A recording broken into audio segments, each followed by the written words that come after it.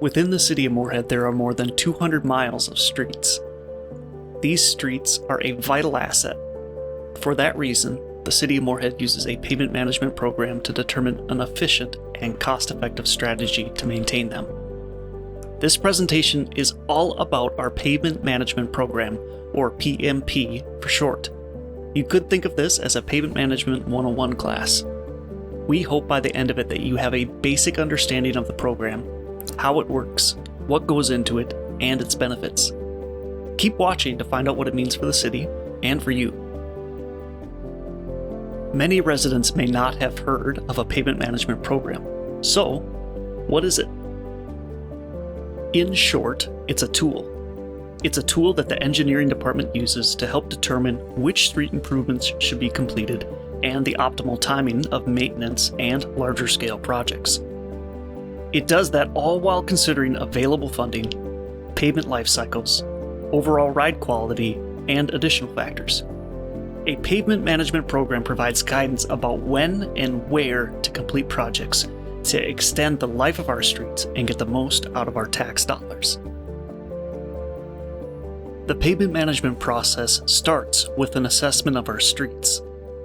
The city hires a consultant that uses state-of-the-art equipment and software to evaluate the condition of the road. The next step includes taking that information and combining it with several additional factors and developing what we refer to as a 5-year capital improvement plan, or 5-year CIP for short. Essentially, this helps us determine which streets should be improved, when they should be improved, and what type of project should be done there. This process is implemented with actual projects, including minor maintenance as well as significant construction projects. After projects are completed, we continue to monitor the streets to see how they're holding up. We gather more data and use that information to determine trends, make adjustments to our 5-year CIP, and plan even farther into the future. The next couple minutes will be spent going into each of these steps in more detail. As I mentioned previously, the first step is an assessment of the pavement. The city hires a consultant to do this, and they use specially equipped vehicles to measure and detect cracks, bumps, and potholes in the pavement. And they do this to each road in the city on a 3-year rotating basis. Based on the data collected, each street is assigned a grade, or a score, referred to as the PCI. That score ranges from 0 to 100, with 0 meaning the road is completely degraded and 100 being a brand new road. After the PCI values have been determined, we cross-reference it with additional information, such as street history. How old is the street? How was it originally constructed? We also evaluate the existing city utilities. How old are the sewer and water mains? Will significant repairs be needed in the near future, or are additional improvements needed? We also evaluate our budget. We look at grant opportunities, whether we have access to federal or state funds, and whether the project will have assessments.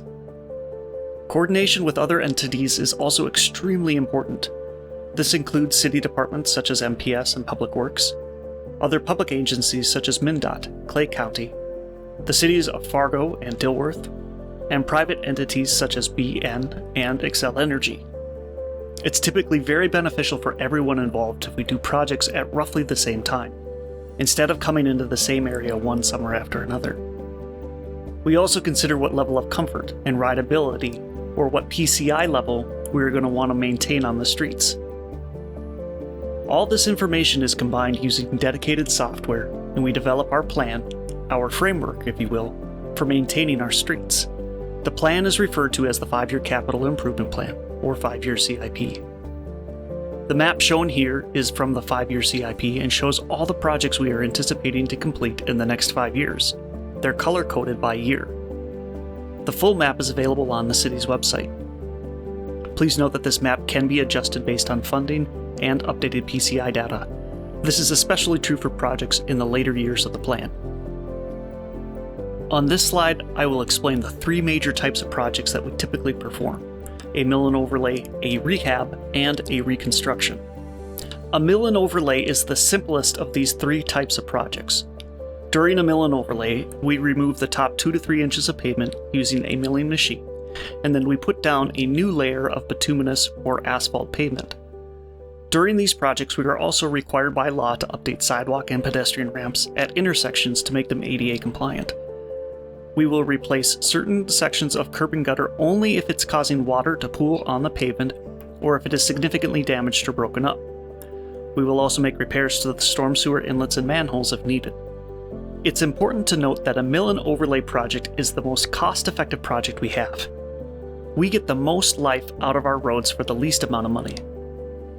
The next type of project is what we call a rehab. A rehab includes replacing the entire pavement section, but we will leave the curb and gutter largely in place. Similar to a mill and overlay, we will do spot repairs on the curb and gutter and make ADA updates and storm sewer improvements. This project is more involved than a mill and overlay, and on average costs 2 to 3 times as much as a mill and overlay. Lastly is a reconstruct. This is where we replace the entire pavement section and the curb and gutter. This project type is the most extensive of the 3, and on average costs 3 to 4 times as much as a mill and overlay. Now that I've given a little bit of detail on the types of projects we do, I'm going to explain when we typically like to do these projects and how it relates to the PCI. Over time and from use, the PCI of any given street will decrease. From time to time, we will do projects on that street. The types of projects depends on several factors, but it's largely influenced by the PCI. The chart on this slide shows how our work strategies change depending on the PCI value. Along the top you can see the PCI values going from 100 to 0, from best to worst. And as you read from top to bottom, you can see our different strategies and how they change as the PCI gets lower. For the early years of the pavement, we do minor maintenance such as crack sealing and seal coating or chip seals. When the PCI drops into the 70s, we start looking at more significant projects such as a mill and overlay in order to bring that PCI back up. If the PCI is even lower, and we don't think that a mill and overlay will be cost effective, we will look at more extensive projects where we might replace the entire pavement section, called a rehab, or completely replace the pavement and the curb and gutter, which is called a reconstruction. Generally, the lower the PCI, the worse condition the road is in, and the more extensive and expensive the project is. The purpose of this graph is to show the value of our projects, specifically of our mill and overlay projects.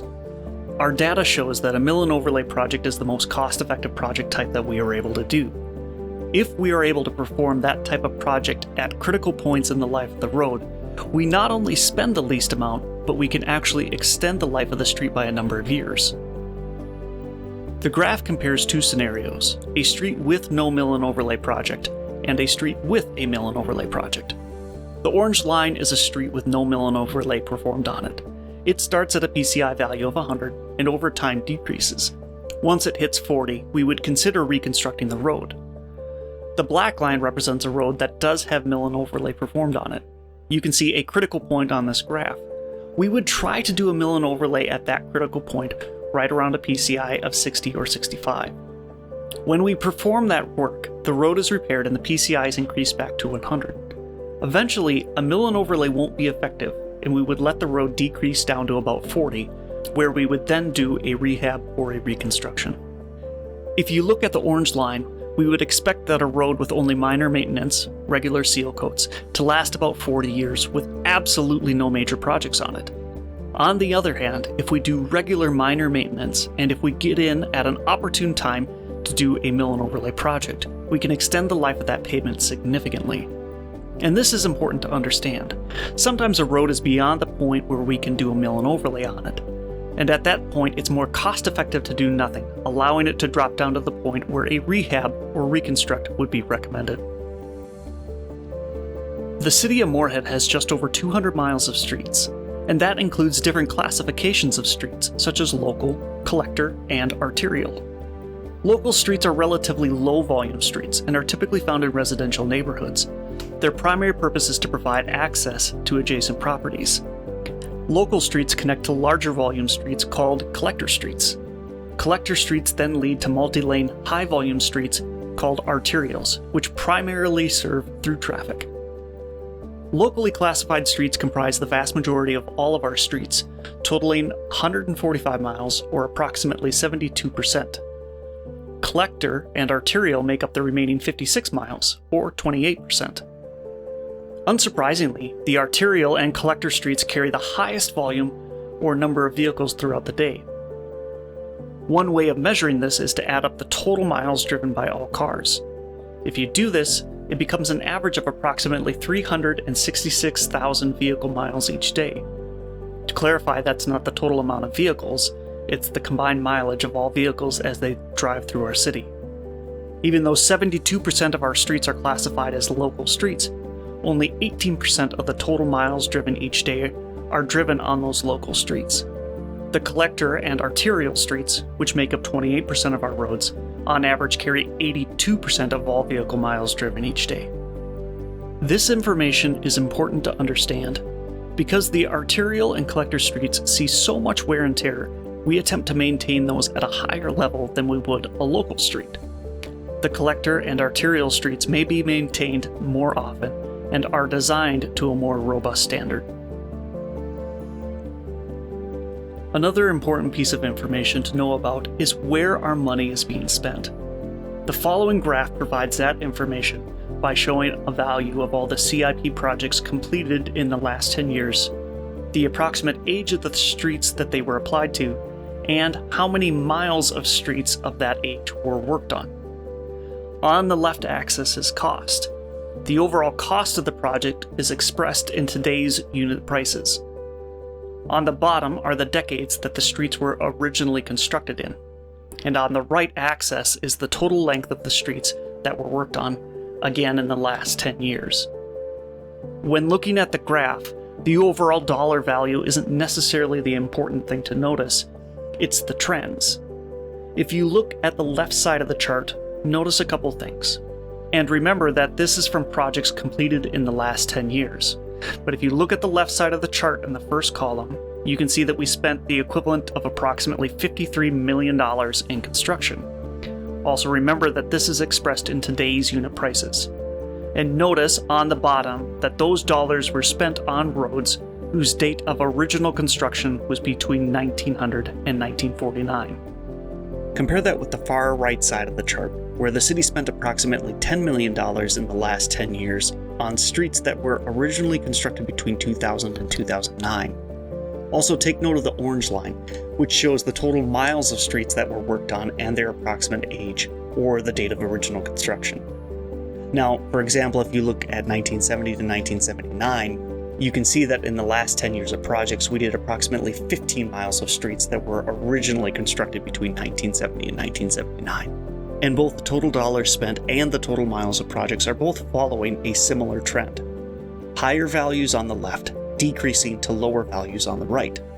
And what this is showing is that in the last 10 years, the vast majority of expenditures in street projects were done on relatively older streets. Nearly 80% of all dollars spent were done on streets constructed before 1980. And this is what we want to see. We want to see more of our dollars going to older roads and less going to roads that were recently constructed. We hope that you now have a better understanding of how the pavement management program works, how we collect and use data, and how we determine when and where to do projects. Our goal is to be efficient. We do that through detailed analysis, thoughtful planning, and focused work strategies, all while maximizing the amount of work we can do with the resources we have available. This presentation is just a brief overview of our pavement management program.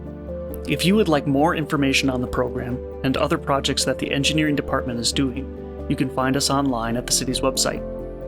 If you have questions, you can also call our engineering department at the number listed on the screen. If you've made it this far in the presentation, thank you. We hope this has been worth your time.